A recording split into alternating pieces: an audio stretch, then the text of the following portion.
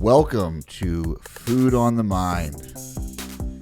This is your host, Jeb Stewart Johnston. I'd like to invite you to head on over to the website if you get a chance. It's at www.foodonthemind.com. Sign up for the newsletter. Grab your free mindful eating guide. You can even set up a consult call with me. Kind of talk about whatever it is you want to talk about. But mainly for me to help you get better at helping yourself. And now, without further ado, here's our next guest. Hello, welcome everyone. Today I have my good friend and, one of the first people I met in this industry, Dr. Mike T. Nelson. Most of you probably know him for his work primarily on metabolic flexibility, but Mike is one of the, I don't know if I would say the first people, but one of the early academics that kind of adopted us heathens in the regular fitness world and took us under his wing to help us all get a little bit smarter in the science of nutrition and fitness. But Mike is also, I think what's going to be really important for my focus in this podcast is that Mike is one of the guys that really started bringing to light more of the nutrition concepts as a whole in fitness.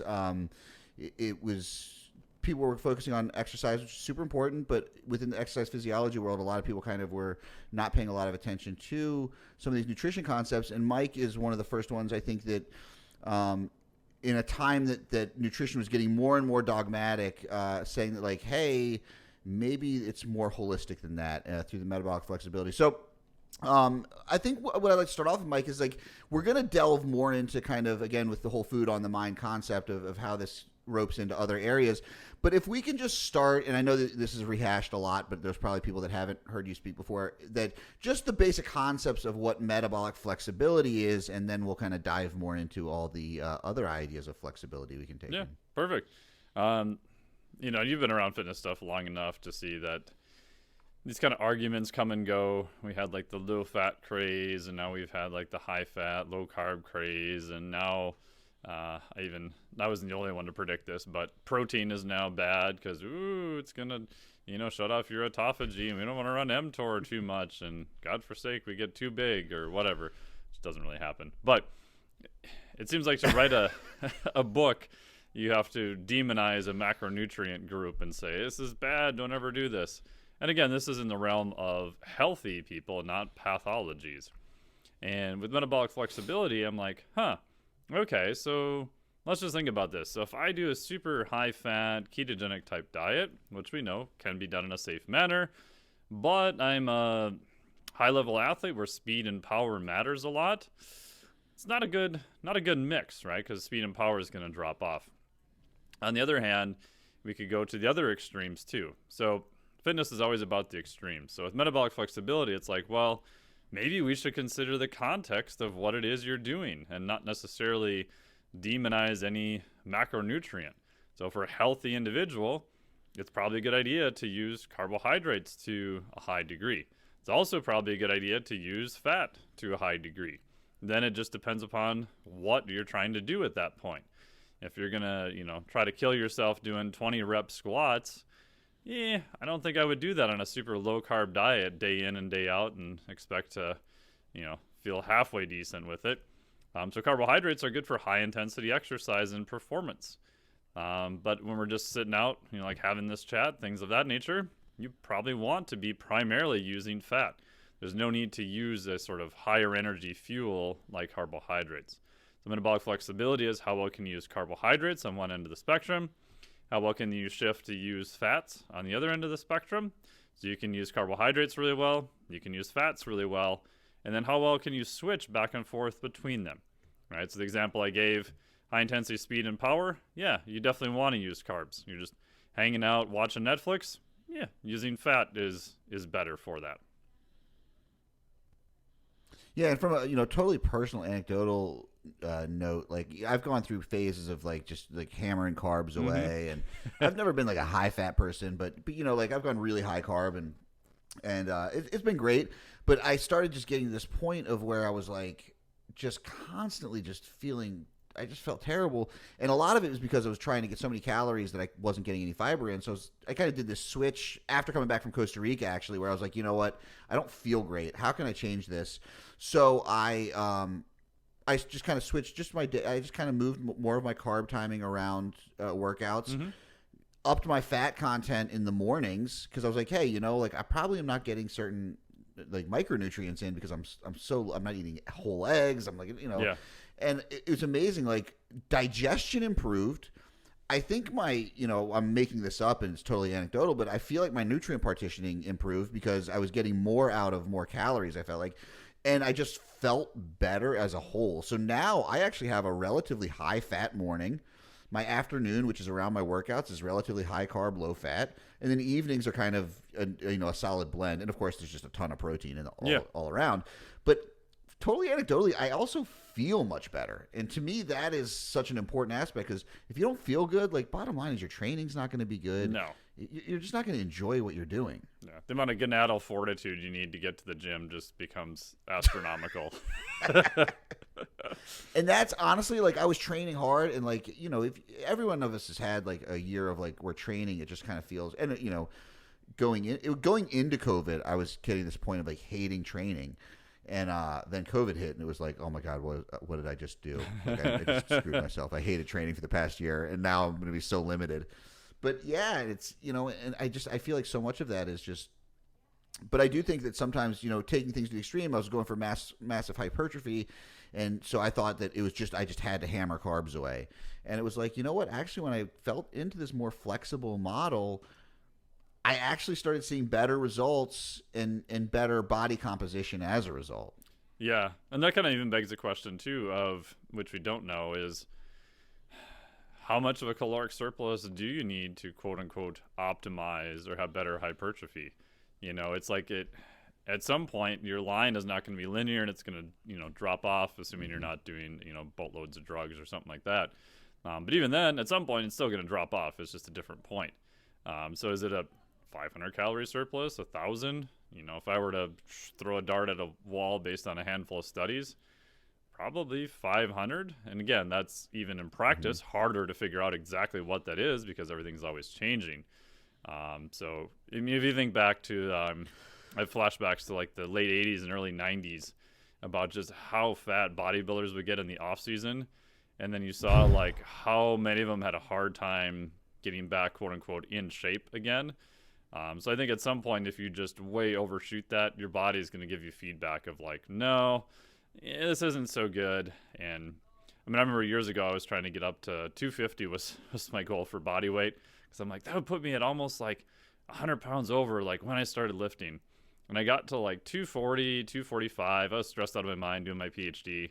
And from about 235 to 245, I realized, you know what? None of my lifts have gone up.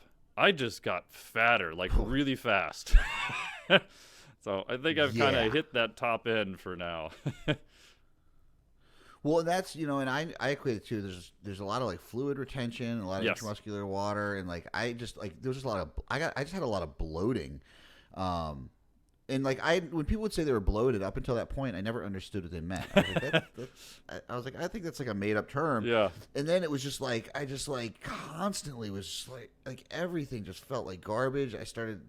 And it's and I wasn't that heavy. I mean, I'm only 5'8", so like I think I pushed 215 at one point. Yeah. And now I'm about 205, and honestly, I'm probably fatter than I need to be. Like I'd love to stay around 200 and lean out, but it's like one of those things too. Is each year I get a little bit older, I'm like, man, like the ideal of what I think is big is like looks really uncomfortable.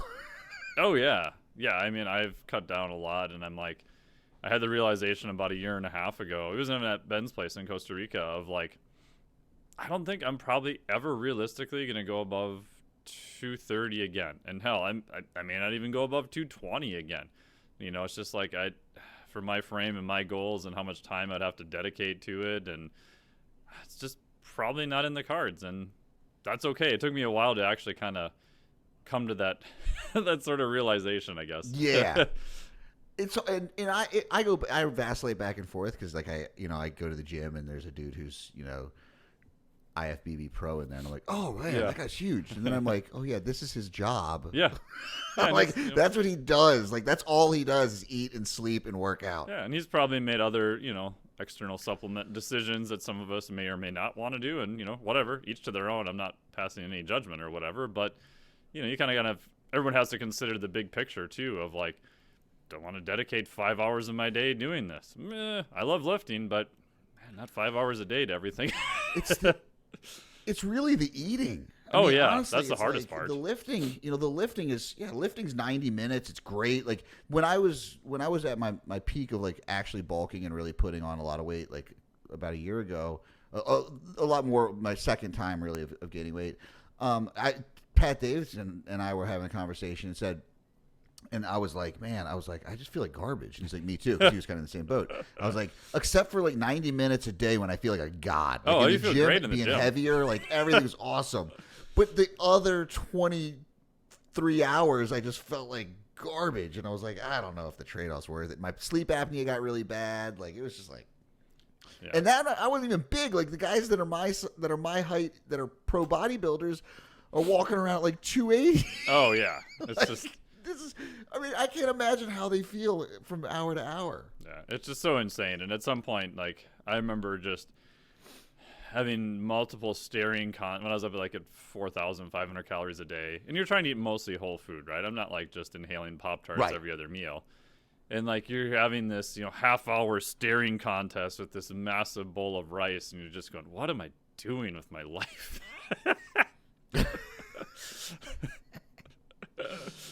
So one of the things that, again, I think the metabolic flexibility thing has been super helpful to a lot of people because it obviously the course is extremely complicated and the science is extremely complicated, but the concept as a whole is actually relatively simple when you break it down. Like, hey, like we're just trying to make this easier, and you do it just by eating whole foods. And so one of the things that you've been kind of hinting at over the past couple of years is this idea of lately physiological flexibility, and I've also heard you even drop in psychological flexibility. So I think let's start because I really love because again I think one of the things that we talk about a lot and I the people that I'm friends with in this industry that are all very interested in is this idea of like anti-fragility of resilience, and to me this really speaks to that as a whole. So can you kind of give me your little thing about physiological flexibility and kind of where you came up with this and how you started to develop that? Yeah, so I kind of fell into metabolic flexibility starting 13 years ago now. I started my PhD in exercise physiology. I transferred from the engineering department, and the guy who was in our department comes over and he goes, hey, we're looking at this topic on, metabolic flexibility and heart rate variability. They both involve a lot of math. And so my advisor at the time, points to me and he goes, hey, you, new math boy, these are your projects now. I'm like, oh, God, I don't want to do more math stuff. Shit, why did I come over here? And so they're trying to find a way to quantify metabolic flexibility using some advanced variability analysis, that kind of stuff. And so after I got kind of accustomed into thinking about that in terms of fuel systems in the body, a couple of years after that, I was like, well, how do we apply these concepts to like yourself as like a physiologic organism? And so I just kept looking in the research, and there wasn't really any terms per se of physiologic flexibility, but in different sub areas, you would find the topic kind of show up under different names.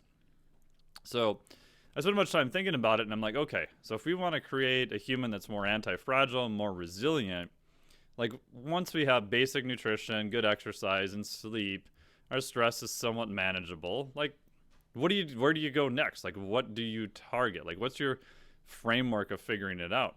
So I thought, well, let's see. The body is organized probably by survival, right? Your body's going to do everything possible in order to survive. So what systems in the body does it have to hold constant or you die? And the first one is like, temperature, right? Humans are homeotherms. We have to kind of hang out at 98.6. It's actually a little bit different than that. But We also can experience high temperatures in sauna. We can experience cold temperatures, jumping in a cold lake in Minnesota. So we have this ability to kind of adapt within reasons to temperature. I was like, oh, interesting. And then I'm like, oh, what else do we have? Oh, pH, right? Your blood has to be very close to, it's around 7, pH. And any deviations from that, you're going to be in a world of hurt. However, you could hop on the concept too, evil rower, and do 500 meter or 2K and, get a ton of, quote, lactic acid, which is lactate and hydrogen ions. You could do some breathing techniques. You can do different things to increase an acid load or even a basic load. And your body will kind of buffer those things out. And we know that via adaptations, you get better at those buffering systems, especially on the hydrogen ion side. And you can look at blood glucose. You can also look at oxygen and CO2. So I'm like, okay, so if those are kind of the 4 homeostatic regulators, then maybe if we train those systems to have a wider range, then we'll be a more resilient organism, right? So if we look at a simple one related to nutrition like blood glucose, maybe you should be able to fast for 19 to 24 hours and not have your blood glucose like plummet to nothing and not be hypoglycemic and feel like you want to gnaw your arm off because you're so hungry. On the other hand, I have what I call the 2 Pop-Tart test. You probably should be able to eat 2 Pop-Tarts and not have your blood glucose spike over 120, maybe 140 in US units, right? Can you dispose of a high amount of glucose? And again, these don't mean that you're going to live at those extremes all the time. It's just like, can you buffer a high amount of stress, right? So think of like a massive like military vehicle that can buffer a lot of differences in terrain versus a 3-cylinder Yugo, right? You probably want to build in the capacity of your body to buffer these insults because I think you're going to be a more resilient organism over time. Yeah, and I think that's so. It's so funny because yesterday now that I live in South Carolina, I actually drive again, so I actually can listen to podcasts. So I'm like, oh wow, it's like so I threw on our friends James Serby, his podcast. Yeah. He had our friend Ryan LaCure on. So the first 20 minutes of this podcast is them talking about the weather. It was kind of hilarious because James grew up in Charlotte, North Carolina, and he talked about playing soccer. If they would play like kids from the West Coast, they'd be like, oh, these kids can't handle this humidity and heat. We're going to crush them. Ryan's from Albany, and he's, talking about like how school would get canceled for snow, but he would have to ride his bike to wrestling practice anyways. But they were saying like, hey, like, there's this thing about growing up in a place where, there's this, and Ryan made a really great point of like, hey, there's this standard that everyone has to bear. Like everyone has to deal with the weather. Like, so you're kind of forced to be tough. Whereas, if you grow up somewhere where it's just beautiful all the time, not everyone has to ever deal with like, you don't ever get this, like this stress adaptation or this result of like, hey, it's like life is going to suck for half the year. And I kind of love that. I was like, you know what? It's a really good point. Like growing up, it's like, hey, we all have to deal with the fact that it's hot, and if you want to play sports, you got to play outside. And it sucks, or you have to deal with the fact that it's really cold. And if you play, like I remember football practice when temperatures would drop, and our coaches would come in the room and be like, half shirts today, no gloves. Yeah. So the receivers weren't allowed to wear gloves, and then they would break out brand new footballs, and the quarterback would just hammer up, like just basically cause pain. But it was, it's like sport is about resilience, and I kind of love that. But like this idea of like actually being able to quantify it on the row, and like first of all, anyone who follows anyone who's a client of Mike's sees the like nasal breathing 2K row tests, so they know that he puts them through torture. Yes, but it's no one actually outwardly complains about it. They kind of complain about it, but the results seem to speak for themselves. So there's something happening there. Now, do you see this? Obviously, this creates more resilience from a standpoint of like, okay, now I can do hard things. How does this transfer over to the rest of their training? Yeah.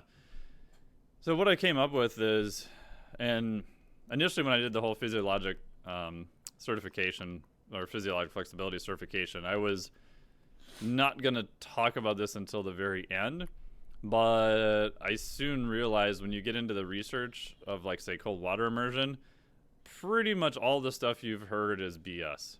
However, I think it's still useful, and there's some other, practical uses that are not talked about a lot.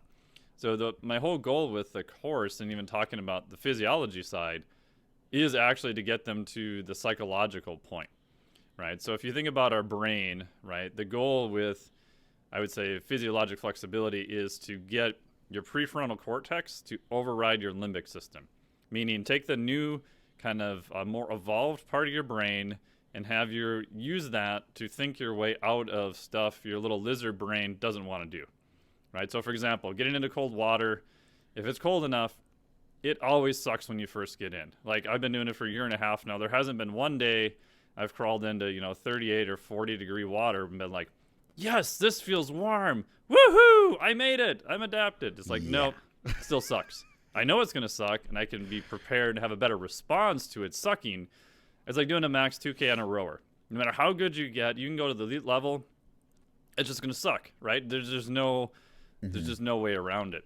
So I think using that new part of your brain to go, aha, but I'm a smart brain. I can predict into the future to know that, yes, it's going to suck, but it's temporary, and I know that this has long-term benefits, so I'm going to still do it. And I think if you get really woo-woo on this, everyone in the future now, from Facebook to Google to selling you stuff to whatever, is going to target your lizard brain, right? Because it knows, oh, you want food delivered to your door? Great, we can have that happen. You can just press a button on your phone now. You don't have to reorder anything, and food shows up at your door, right? Because we're physiologically wired for efficiency, right? And our friend Dr. Ben House has talked a lot about this too. Like, I used to get mad at clients who would stop at the 7-Eleven and get like 4 Pop-Tarts and a large, Slurpee with no ice. I'm like, what the hell are you doing? This makes no sense at all. And then I realized, no, to your little lizard brain, that makes perfect sense, right? You can get like 550 calories for like $1.37 in literally less than a minute. That's like the ultimate of efficiency, right? So we're kind of hardwired for that. And I think the only way out of that whole mess is to train yourself via habit and setting up some stuff to do that's hard, to over time that gets a little bit easier and gets a little bit easier, and you get to make a decision that maybe is a little bit more hard but has long-term benefits. And then that then starts to become a habit, just like exercise. Right? You talk to someone who's never exercised, they're like, why do you want to do that? Like, I don't know, every time I exercise it hurts. It doesn't really hurt if you're doing it right, but they're not used to those sensations. Their brain literally thinks it's trying to hurt them, right? But over time, you go, okay, this is a little bit better. I know there's long-term benefits of it. And, you end up doing it for many years, and you can get yourself to do things that people who are new wouldn't be able to do. And I think that is the way we get out of a lot of the current mess we're in. Yeah, I mean, it's funny you say, like, technically all advertising and marketing really is playing on at least an emotional level, if not a, biological level. I mean, definitely. It's good advertising, good works. advertising completely passes right past our logic, and it works on even when I know what even they're when you doing. know it. That's the scary part. I can be 100%, and I can say, man, I mean, and that's what people complain about Instagram targeted ads or whatever. I'm not ashamed to say it. I'll say it openly. I love it. I have found some stupid things that I might not need, but are kind of cool, that I've bought because they targeted me on Instagram, and they know, like, hey, this guy likes dumb things that are fun. Like, okay, cool. But I do think it's like so one of the interesting things that I see. So at first, because at first I started seeing you filling up your extra freezer with ice, and I was like, what's Mike doing? I was like, I know he's not doing this for recovery. Like, I know that this. And so then when you started explaining, I was like, oh. And I think that's one of the pitfalls of fitness and nutrition and all this stuff, is that we fall into the trap of, there's only one reason that anyone might be doing something, and that reason is wrong. Yeah. So why would they do it? And it's like, there could be, it's like, when someone's doing a row a certain way and someone's like, well, that's not targeting lats. And it's like, well, what if they're trying to target mid-back? Right. Or what if they're just training the row pattern? Right. Like, what if they don't care? What if they're a wrestler and they're just practicing picking someone up off the ground? Yeah. So it's, and I fall into it. I mean, I think we all do, because we have our biases, but I think that's why things like this are so important to me, is to be like, okay, and being friends with people like you is important to me because I can see you doing something that goes against my bias, and then instead of me saying that's stupid, I have to say, well, I know it's not I stupid. get a lot of those emails. There's got to be a reason for it. Sure, and that's everyone's first response. Yeah. Instead of saying like, "Hey, what are you? Why are you doing this? Like, what is the purpose behind this?" It's, well, you know that doesn't work for recovery, and you're like, well, yeah, of course I know that. Yeah, and that was I I have a PhD in exercise physiology. That was my first response years ago when I heard of Wim Hof doing stuff, and I'm like, what the hell? This is so stupid. That was like literally my first response. And then I remember looking into it, and I'm like, oh, maybe there's something to it. Oh, he actually does like science. Oh, wow, there's been a couple scientific reports. And I started reading the literature, and I remember like a couple of years after this, I was at a Swiss conference, and we're hanging out with, I won't say his name because it was a private conversation, but very well-known person in the fitness industry. Everybody would know.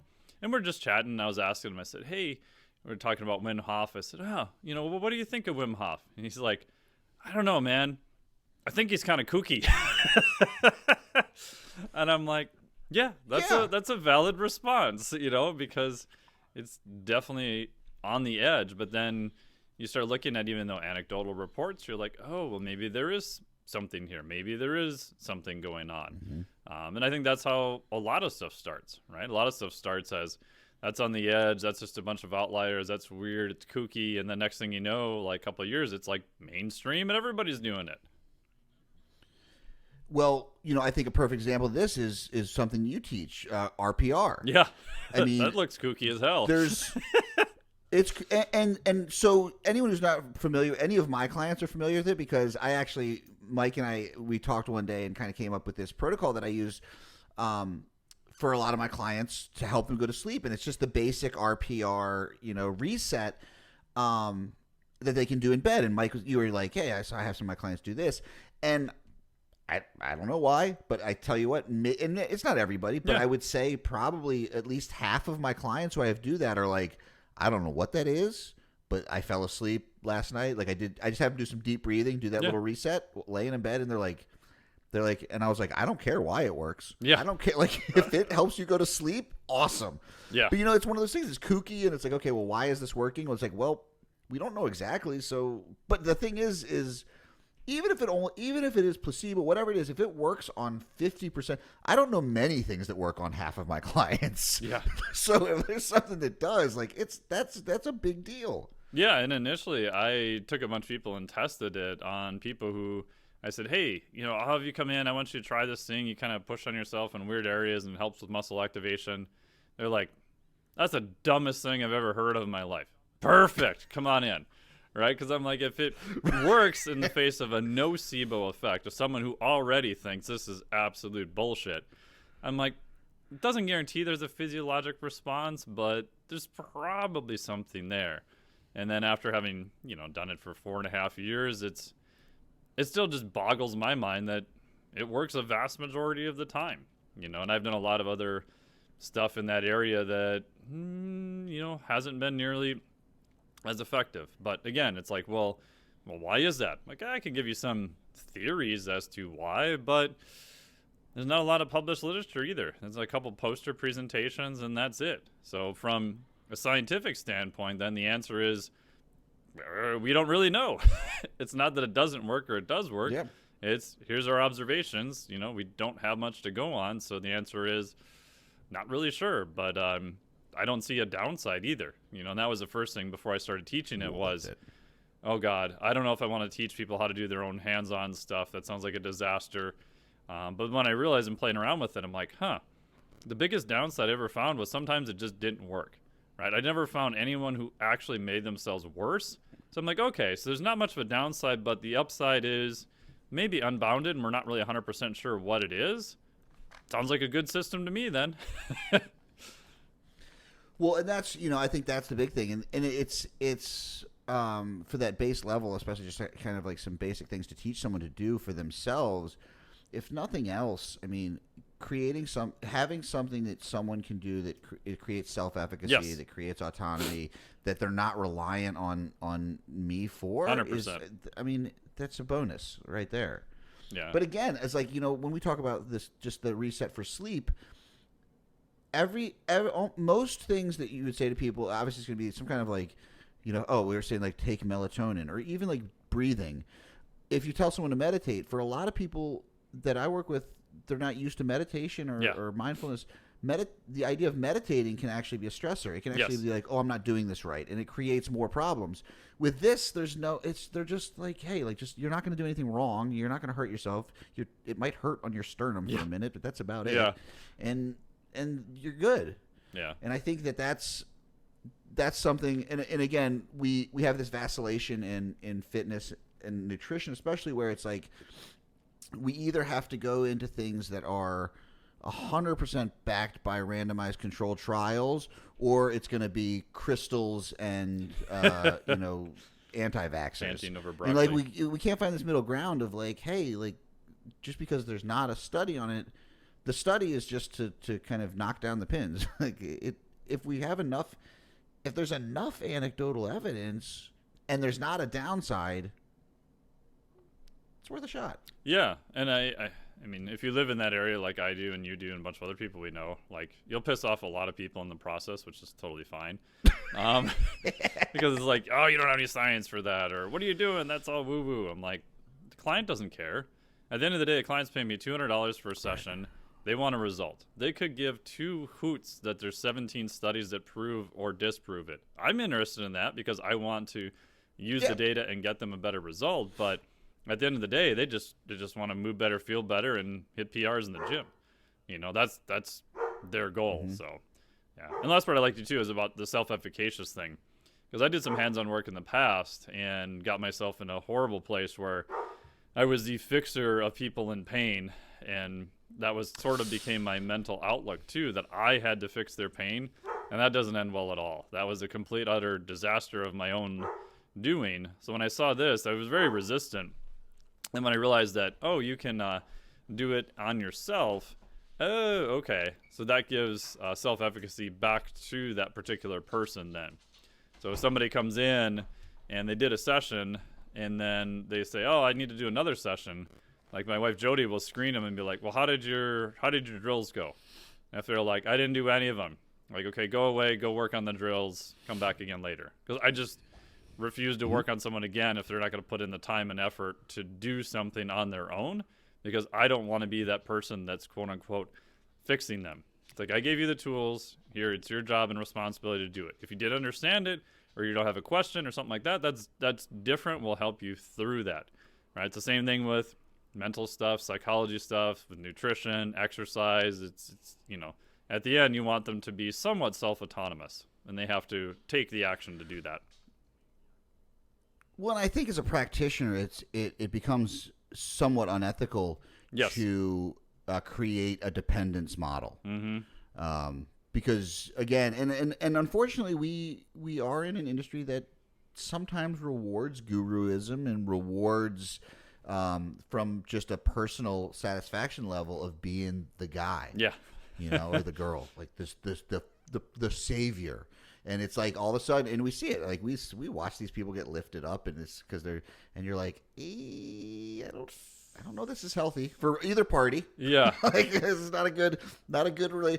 A lot of my research in Buddhism, one of the first like kind of Buddhist groups that I got really interested in was Shambhala, because it's this like warrior kind of thing. And so I have a couple of older clients who have were in this world like back in the 70s when that whole thing, and the guy who kind of came over was this, he wrote these books. It was really influential and total guruism, but he was like a big drunk and like came to the U.S. and like was like part. It basically it kind of turned into like his personal like sex cult. Oh jeez. The guy was like none of these things that you're like reading about and you're thinking about of like higher state of, but like still was helping a lot of people, but also just it got like and actually even like this like the Bikram yoga guy, right? Yeah, like, that's what I was thinking. And too. so.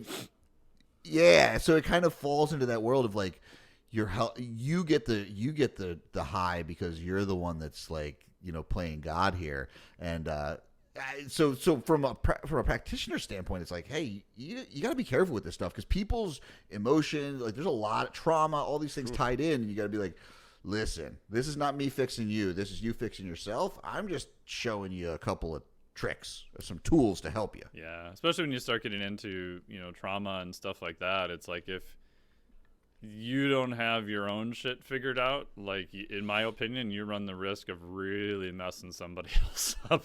And especially not knowing where your limits are. Well, and, I work with a therapist, and I talk with my stuff with her, and she's not there to fix me. Yeah. She's there to say, like, oh, okay, like, hey, this is like you thought about this or that. Yeah, like she's not there to say, like, okay, well, here's what you're gonna do. This is gonna make it all better. Yeah. It's like, hey, this is a chance for us to be objective, and that's someone who has 12 years of schooling in this stuff, not someone who went to a weekend certification. I've left. As we kind of like. Oh, go ahead. Yeah. So as we kind of move into this like physiologic thing again, like I really love how now this physiologic is super intertwined with the psychology, because you just spent some time with some special forces guys. My brother's a special forces guy, and so one of the conversations I remember having with him is like, how do you get through this training? Like, how do you get through special forces selection and ranger school? And he's like, I just realized, like, they spend too much money on me. They're not going to kill me, or they're going to try not to kill me. They have to feed me. So the worst case scenario, he's like, I'm not going to die. And I'm like, everyone thinks that the mentality of these guys is like, gung ho, I'm going to da-da-da-da. And it's like, no, the reality is, like, I just have to not die. Yeah. He's like, I just got to not die. And so I'm like thinking, like, how does this translate to our, because it's you, we've worked with a lot of clients. You get that person in that's so gung ho, is like, I'm going to do this. And you hear it and you're like, they make me nervous now. Initially, I was all excited. Several years ago, I was like, yeah, they got it. This is great. And now I'm just like, uh-oh. Because what's going to happen. So I purposely just give them way less than what they want. And that's usually a bit of an argument. So I do the Krista Scott Dixon with them. I'm like, okay, well, show me then. Like, if you're going to crush these 3 things out of the 17 you want to do, then you sure as hell better crush these 3 things. And then maybe we'll give you 4. But because that there's going to be a dip on the other side. Well, and I think too is like, from a psychological standpoint, I think we all want more. But like, I look at a guy like one of your clients who's a friend of mine as well, Sam Pogue, who's kind of limited in his equipment, and you guys are basically doing like the same workout every day, right? Yeah, he's doing a lot of aerobic base stuff we got from Cal Dietz. So cross-body, easy, low-rep stuff for 10 to 20 minutes, just because he's limited on equipment. He's got kettlebells, a few other things, but he doesn't have a lot of cardiovascular stuff. The location he's living in now, it's not really that good to run in. So in terms of things we can do, get a little cross-body education, mostly concentric type work. And then, he's been crushing it. But a lot of people won't put up with the mentality of, but I'm doing the same thing each day. I'm like, well, yeah, because you're still going to get some benefit from it. You're just accumulating volume over time. And at some point it will change. But a lot of people don't want to work through that 6, 8, 10, 12-week phase of 3 to 4 days for 10 to 20 minutes. It may look very, very similar.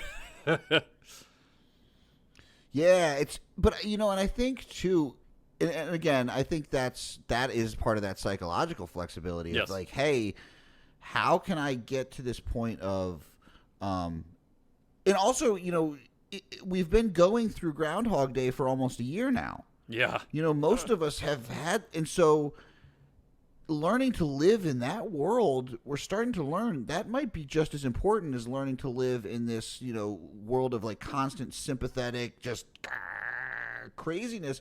Like, all of a sudden when that's taken away, all of us realized that, man, I was living in this weird place that is probably more damaging, but like, I don't know how to live in the absence of that. Yeah. And so having your stressor, your physiologic stressor, be very similar, but then still be able to go in and put in that effort. And I'm watching his fitness just increase dramatically over time. Like, I'm watching his Instagram and I'm just like, wow, like, this is amazing. But like, learning that could be such a benefit for so many of us, I think, because we can learn that we don't have to chase novelty for novelty's sake. Yeah. Yeah, and it's finding also the threshold of when do you need to change, right? So from like December through January before I left for Costa Rica, I'm like, how many times can I front squat? Because like I realized, oh, my front squat is abysmal. It is like well below my bench press. My bench press is pretty shitty. So I'm like, okay, well, I can fix this, right? I have a gym. I know how to do this shit. So I'm like, what if I squat like 3 to 5 days per week? And so I came up with this hellish, front squat routine to do. And I was doing it 3 days a week for a while. And it was great. I added 40 pounds to my rep max on a front squat in probably 8 weeks. But towards the end of that, I knew I was going to be gone. So I knew I had time off. And the week before I left, it just went off the cliff. Like you have 300 milligrams of caffeine, you go to squat and everything hurts. And your performance is just abysmal. You're like, okay, so my peak was actually last week. And then you look back at your numbers, You're like, oh, wow, that actually worked really good. But now is definitely not the time to keep pushing it. And I think that's where, keeping track of data I just had this conversation with a client not too long ago. And she's like, just question, like, when do our numbers change as far as like, macronutrients. And so, one thing that I always impart to people is like, I kind of work in this world where people have like kind of macros, and I do not place a whole lot of, for lack of a better term and better pun, weight on numbers, because most of the people I work with, they're not hitting numbers to any sort of accuracy that like, it makes that big of a difference. If I can improve their behaviors around the food, we see change. So for her, we've been working together for quite a while. I think probably 9 months. She's lost like 70 pounds, and we haven't changed her numbers. And I was like, we don't change your numbers until your numbers need changing. Yeah. I mean, like you've adopted all the things that you need to do to lose weight, and most of the time, it's not something that needs to change for people that have a lot of weight to lose. And I was like, we don't want to chase novelty for novelty's sake. And part of the influence too is like, reading that, novelty is a really expensive cost for us. Like it requires a lot of brain power. It requires a lot of, quote unquote metabolism. It requires a lot to change something. So if we can avoid changing a variable, if we can avoid changing something that doesn't need to be changed, we can start to figure out more about where the deficits might be. Yeah, and I've even had this discussion internally with myself, especially more clients in the past, because I still do some macro stuff now, but unless they're a competitor or something, I don't really track it super, super close for all the reasons you mentioned. But in the past, I got into this habit of someone would argue about, oh, when are my macros changing? And so I would just did not have the argument. I would just change them by like 10 grams. Like your carbs went up 10 grams, your protein went up 5, your fat went up 7. And it's just a mental change, right? And for some people, and this is like a short-term fix, I don't necessarily do this anymore, they were great, and all of a sudden their compliance and everything gets better. But at least then I knew enough to go, okay, so now I know what discussion we need to have next about this. Because it's like, even competitors who are like weighing and measuring everything, maybe you could see a 10-gram difference in carbohydrates, maybe, but even the people that are going to do that are like 0.05% of the population. So, yeah. Well, and for me, the conversation that I have a lot with people is like, okay, what do you hope to gain through this change? Yes. Because if you can give me a good reason for that, I have no emotional attachment to any of this stuff, so I'm like, I'll give you whatever you want. Like, I'm not emotionally invested in your macros. But no, not at all. People think that they am. It's like, and I think maybe like when I started doing this, I probably was, which is interesting because like, you get into this, you're like, no, I know that the science says that you should be losing weight at this and whatever. But for me, it's like, again, like to your point, like the numbers, the getting strict on the macro stuff with competitors. But like you said, even with my competitors, there's just too many other variables in there that them changing their numbers 10 grams of carbs, it makes a difference. If anything, I'm like, oh, we're just gonna add 100 grams of carbs on your training days. It's like if we're gonna make a difference, we're gonna make a difference. Yeah. But like to that thing of it's like, okay, so when I ask them like what do you hope to gain for change, and if they come back to me and say like, I just feel like I might still go over, but I'll be closer and I'll feel better about that, I'm like 100%. Let's go. Yeah. But if you think it's the numbers themselves that are going to change when we know that you're probably not hitting them, like how can we get better at the behaviors around it? And exercise. And again, that's what I really like about this conversation is that like this physiologic, this psychological, and this nutritional, pieces are all so intertwined. Yeah, and I had a client recently, and he's been doing great. He's been following the process, been putting in all the work, and one of his emails was, he's like, I don't know if I'm, really making any progress. And I'm like, in the past, I would have been more, I guess, emotionally upset about that. But now I'm like, okay, well, let's look at your data, right? So we had him redo some tests. It was 9 weeks at that point, so it was perfect timing. It was, coming up for time to be retested. Did his circumference, did his 2K, some rep max tests, and we looked at the data, and his waist stayed the same. Other body parts went up in size. His arms went up by like 3/4 of an inch. I think it was arms. His 2K time dropped by 1:10. So now he was at 7:35. So it wasn't like he was at 12 minutes and dropped to 11 minutes. That's a massive difference. Added 90 pounds to his 1RM on a trap bar deadlift. So all of his lifts went up. But I get it that the sensation, because it's so split out over 9 weeks, it definitely can feel like you're beating your you're beating your head against the wall, because it's so hard to see changes in yourself. And if your only metric is looking at yourself in the mirror each day and it's yourself, like I've gone through this myself too, it's really hard to see any difference because it is yourself and you're seeing that same thing all the time. So I think having other metrics to drive both directions to see, maybe if they didn't go up, which has definitely happened with clients I've had in the past, okay, we definitely need to make a difference. We need to go this direction now because that didn't work. But having some data to go both directions is super helpful. Yeah, and that's why I love the things like I bought a rower. Fun for here because I just don't, nobody likes it. It's partially because like no, but I kind of do because it doesn't feel like it's work. Like for me, it's always kind of work. Like even when I'm going slow, like if I'm doing like just kind of my zone 2 work where I'm at like I still feel I'm I'm still pulling. Like it's still like, and my wife gets mad because I can kind of coast because I'm 200 pounds and relatively strong. So for like me when I'm like at 130 heartbeats per minute, I'm still like cranking pretty far, and she's other, but she's way better. She's a way better rower than I am, so she actually really likes it. I mainly bought it because I know she likes to row, and it's super portable. It's super easy to contain, but it is a machine that I hate it, but I like it because I feel like it's the one thing where I can bridge the gap between like low and slow cardio stuff, and then a 500 sprint on that. Like it doesn't matter how many times I do it. Like I want to puke after. Like. Yeah, it's rough. Yeah, and then like the interval stuff is really great. So it's I need to spend more time on it now, but it'll become more and more into my staple in there. Yeah, and I think it's because also pulling against a flywheel. If people have never done it, it's just different, right? Like so when I had more people training here in person, one thing if people would come in and be like, I just want to get beat up, and you like try to talk them out of this. You're like, okay, fine. I got really good at just beating the crap out of people, but not mechanically damaging them so much that they couldn't walk. So it's like, you're going to go push the car back and forth. You're going to do some battling ropes, and you're going to do reverse sled drags and a few sledgehammer strikes. And you're going to keep doing that till you basically fall down and puke. And it was enough concentric work, but it was also hard enough. Like if you're pushing a car, once you get that momentum going, like you just don't want to stop. There's this inherent build up to it. Like pulling on a flywheel is similar.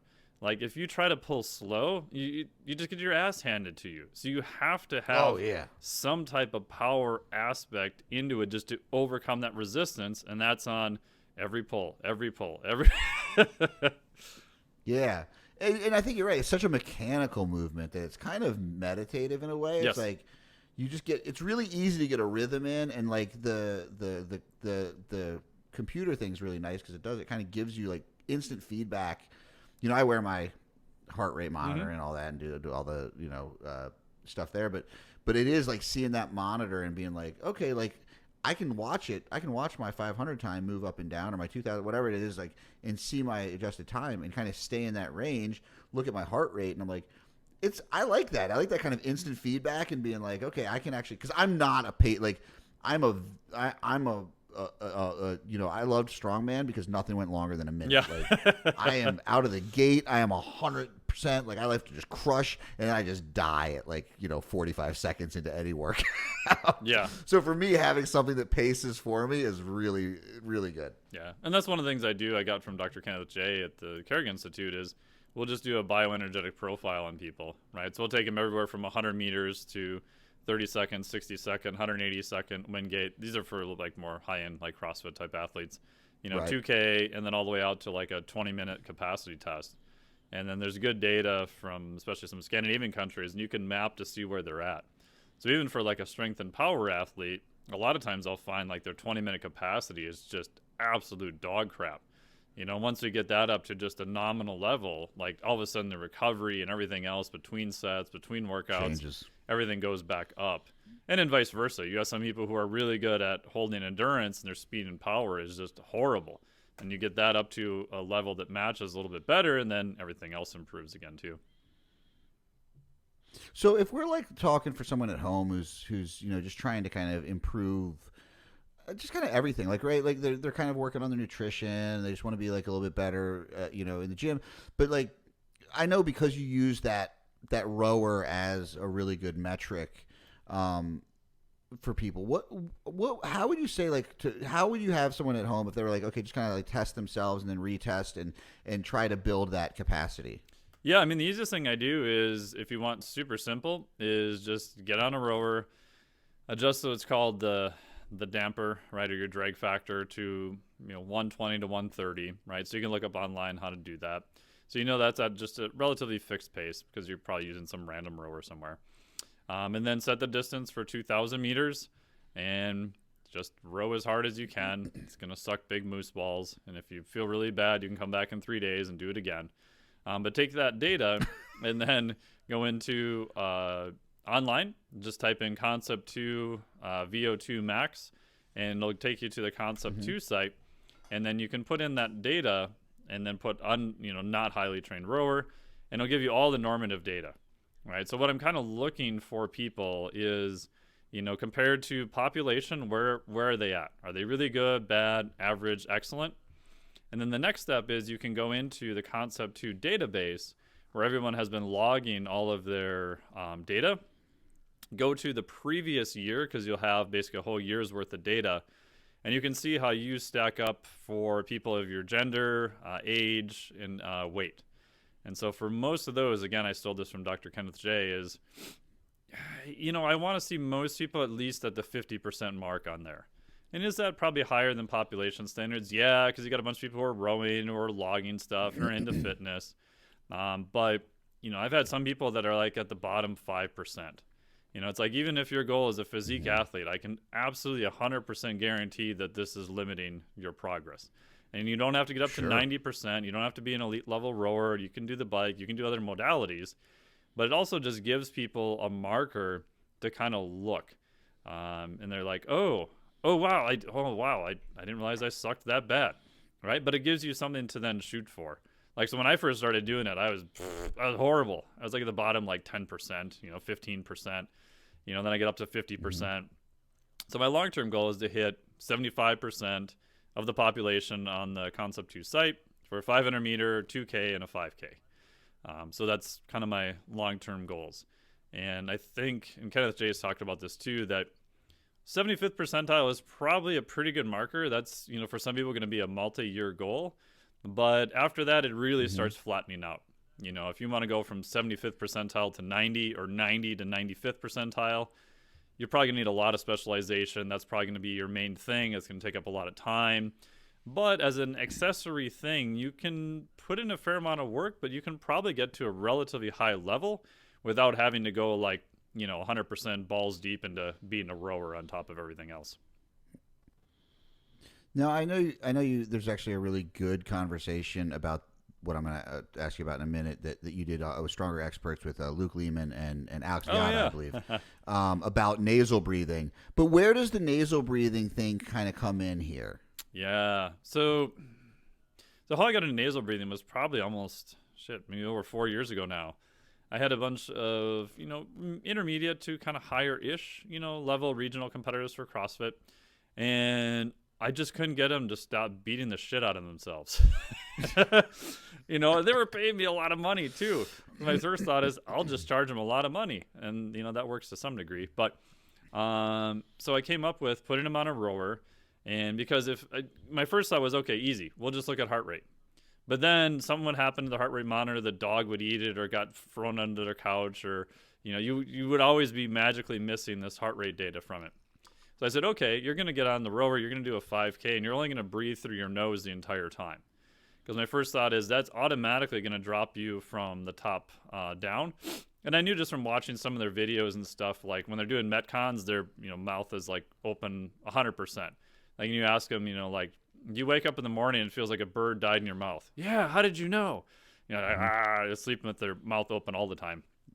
And when I even started doing this, like, man, for me to get above like 110, it was hard without opening my mouth. So one guy in particular, we had him do the 5K. We said, give me your heart rate, give me your time, only breathe through your nose. His max heart rate was like 111. And I'm like, okay, that's perfect for what I want, because I want a lower intensity, longer duration thing. But for them, it felt hard, right? Because they're kind of addicted to doing things that feel hard. So for them, it fit the prescription of, I got their intensity down, but it felt hard, right? And so they're so trained to be like, okay, if this is hard, I got to keep doing it. So it fit those two criteria perfectly.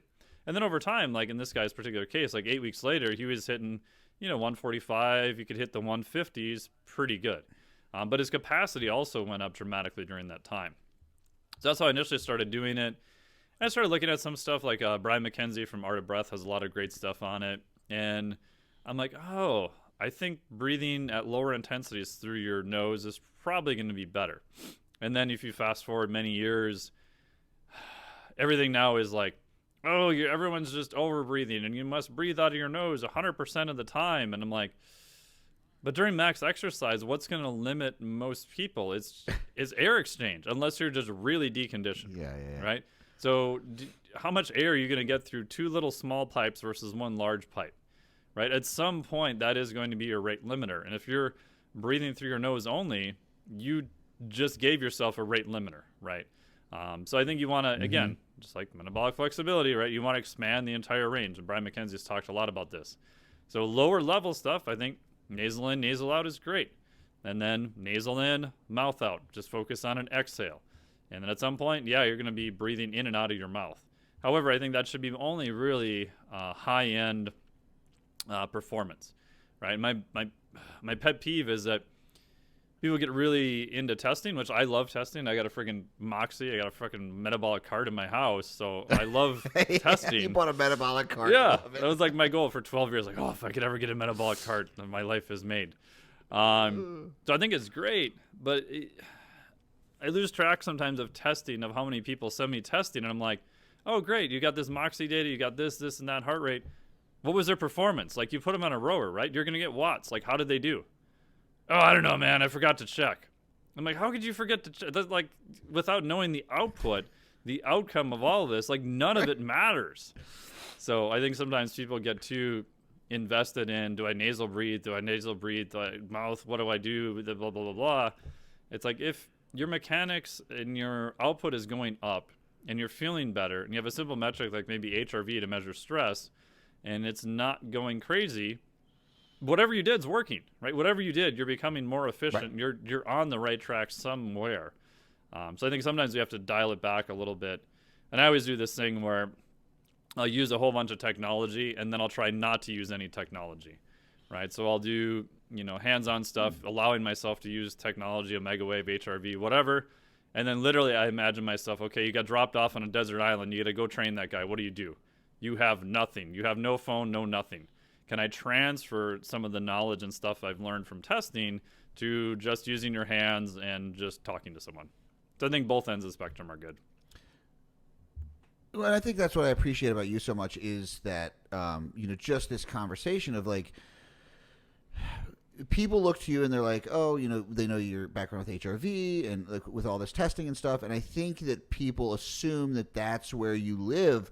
But so much of your coaching is much more esoteric. It's much more, hey, how is this affecting behavior? Mm-hmm. And again, I think most of our conversations actually fall in that realm Yes. of like, okay, so that's cool that this stuff comes up, but how is the person applying it, or how do we get them to apply it? Like, how do we get them to do the thing?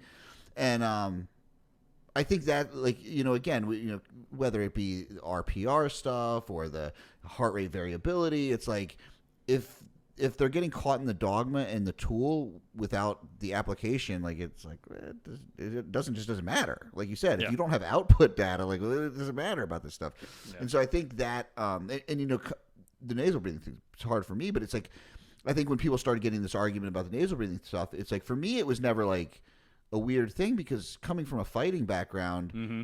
it's accepted as dogma. You start breathing through the mouth, you're going to get knocked out because your mouth's open, or you're going to get your jaw broken. Yeah. So it's like, that's just a rule. You're like, you better breathe. And when you get your nose broken, that's when stuff goes bad, because all of a sudden you have to start, because you can't breathe out of your nose. And so, like, for me, I was always like, yeah, it's probably a pretty good thing to be able to breathe out of your nose. And like you said, then taking away, to me, I love that the nasal breathing, you started doing it because it was a way to take away the tools, to take away the technology. It's like, hey, let's limit this. And again, you had that conversation with Viada. I remember him saying one time, people were like, how do I find zone 2? Like, if I'm, he's like, just when you're running, have a conversation. Yeah, the old school talk test. Can you talk?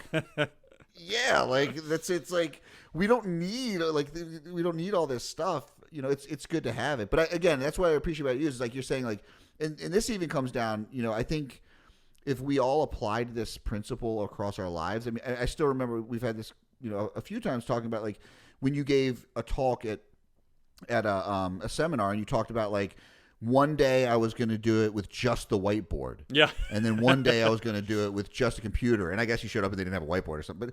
But it's like, hey, how, like even in talks, like, can I convey my message without my PowerPoint? Because if not, maybe my message isn't that great. Yeah. Yeah. And it's funny because the first time I did that for a larger audience was actually at Ben House's place before he had the new place, at the first time we were down there. And it was getting closer to talks. He's like, hey, you got time to do, a second talk on supplements? I'm like, perfect. And in my head, I'm thinking, God, I don't know the audience. I haven't been there yet. Like, I did one talk from in Austin. I'm like, screw it. I'll just ask them, what do they want to know? I've got an hour and a half. And so I go up there, and I'm like, all right, guys, supplements. What do you want to know? And so I just start writing stuff down on the right side of the board. And my wife in the back is like looking horrified, and Ben's kind of looking very quizzical, and I, ended up doing it, and I tied all the parts together, and it turned out okay. And in my head, I did it initially because it was a way to save time, and I could, modify stuff on the fly without having 800 slides. And it turns out, like, everyone was like, thought that was like the greatest talk ever. Like, oh, it was so cool that you did all that. And I'm thinking, I'm like, shit, why am I spending like hours upon hours upon hours doing a formal PowerPoint that people are probably less interested in than something else? So the one you were at, I was like, okay, could this be a teaching point where I'm going to now give you a talk that is literally only by PowerPoint and nothing else to constrain it to that? Because if you're doing academic talks and that kind of stuff, that's all you get. If you're on national stage at NSCA, the friggin' screen's like 800 feet wide. You can't do a whiteboard for that many people. And then on the flip side, the next day, can you do a talk that is only a whiteboard? There's no pictures, no nothing else. And, again, I think like you said, can you get good at doing both of those skill sets? And over time, you can kind of decide which one you like better, and then, kind of pick talks that kind of go in that direction. But, both of them are useful. Again, it's defined by the constraints of the system that you have to play in. If you think you're going to go to ACSM and give a talk on a whiteboard, good friggin' luck. But if you think you're going to give a talk to a local gym and bamboozle them with 800 slides on PowerPoint and expect anyone to pick anything up, they're going to throw dumbbells at your head. Yeah, but I think it more speaks to your just overall philosophy. It's like, again, and I think this comes back to and it's I sometimes worry about getting pigeonholed because I love the term of anti-fragile and resilient, but I think there's some clown shoes out Oh there, God, people yeah. that use it and it drives you crazy. But like, I really feel like that mentality of like, let me broaden my horizons, let me not get constrained by these outside things, whether it's in fitness, whether it's in nutrition, whether it's in presenting, whether it's in business, whether it's in coaching, like just constantly challenging ourselves to step outside of our comfort zone. It really does just make us better across the board. And I don't know, it's Yeah. just it's And I think that's where all the, I mean, at some point, right? And we can say this because we're older people now, I guess. Not that I feel like I'm old, but, like, you've been doing it for like, 2 decades. I guess you're kind of the older people in fitness. But at some point, like, there's only so much you can go down without becoming very, very niched in a certain area. And to me, the interesting parts have always been like, what are the overlaps? What's the overlap between engineering and physiology? And so like about probably 8 years ago, I set up like for myself just an internal standard of, okay, what level do I need to get to before I can start crossing areas? Because there's a double-sided coin where a lot of people will cross areas too soon and they know nothing about either area, and Tom Myers said once, he's like, if you just throw a bunch of shit into a pot, you're gonna get shit stew, and no one wants that. But he's like, if you go to a chef who knows what to combine for ingredients, they can combine very esoteric stuff and it can be really, really good. But he's like, they're also at an extremely high level and kind of know what to combine. I was like, oh, cool. So I was like, okay, for myself, can I get to the level where I'm good enough at one thing that the market will pay me only for that one thing, right? Can I get good enough at hands-on therapy that literally people pay me $200 a session and they know nothing about me anywhere else? Can I then teach for an organization that does that, right? So now I'm teaching other people to do that. So for me, can I get paid for that particular thing? And can I teach that particular thing, either on my own or for an organization? For myself, at that point, now I can combine that with something else. Right? It's like the talks we had. Like, how do you combine maybe nutrition with a little bit of psychology with some hands-on stuff? Oh, okay, breathing. Do some breathing stuff first. They can better relax at night.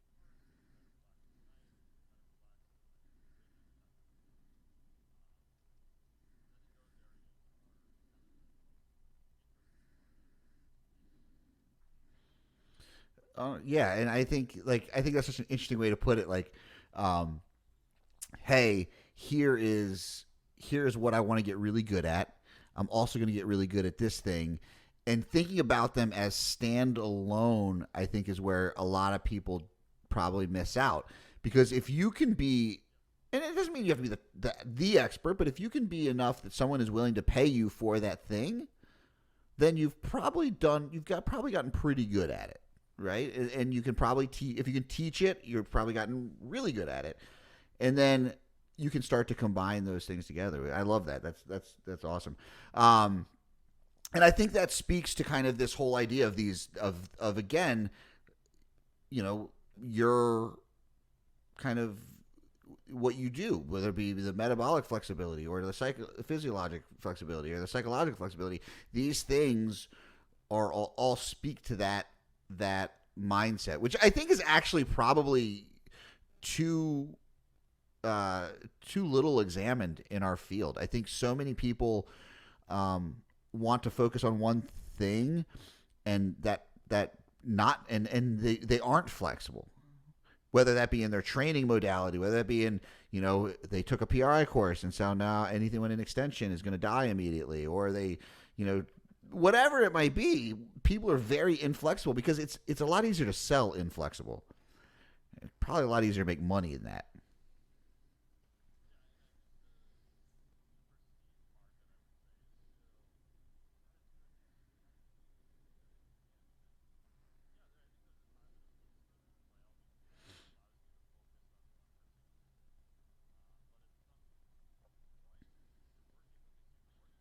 Mm-hmm.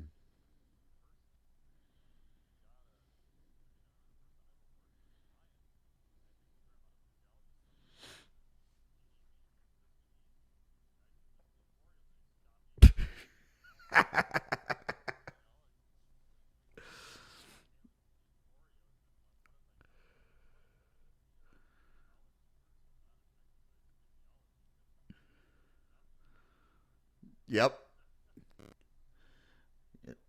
And that's, I mean, it's, and again, and that's really what this podcast is about. This is what's trying to again, I had Lisa Lewis on, behavioral psychologist, who also she's really into training, and she helps fitness professionals and works.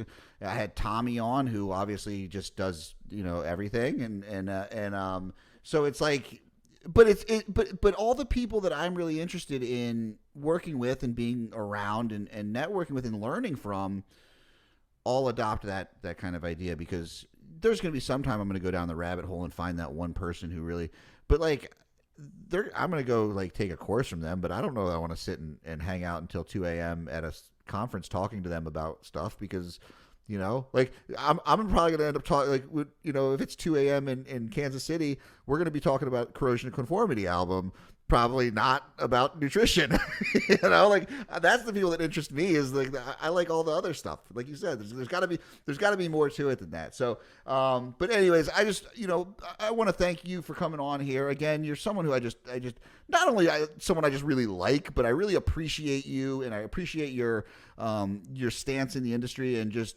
being you and doing all this stuff. It's again, people bitch about this industry, but I find I've met just the greatest people and have the best time talking with you guys. So thank you so much. And guys, where can I don't know if your MetFlex cert is open now. I can't keep track of your things, but what do you have going on right now, and where can people find you, and where can people find out more about these courses and your coaching?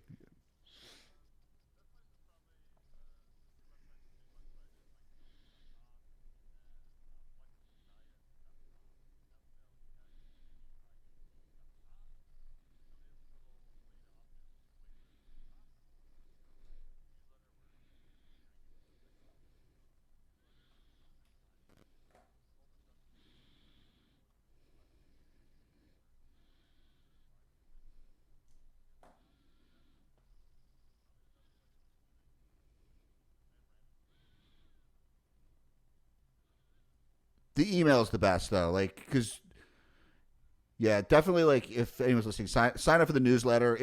There's always really, really, really good research-based content, and your writing is really good. A lot of people assume scientist equals bad writing, but there's good. It's actually enjoyable, fun content to read. So it's informative and entertaining. So again, thank you so much, Mike. Thank you guys for listening, and if you like this, make sure you hit subscribe and join in. All right, thanks a lot.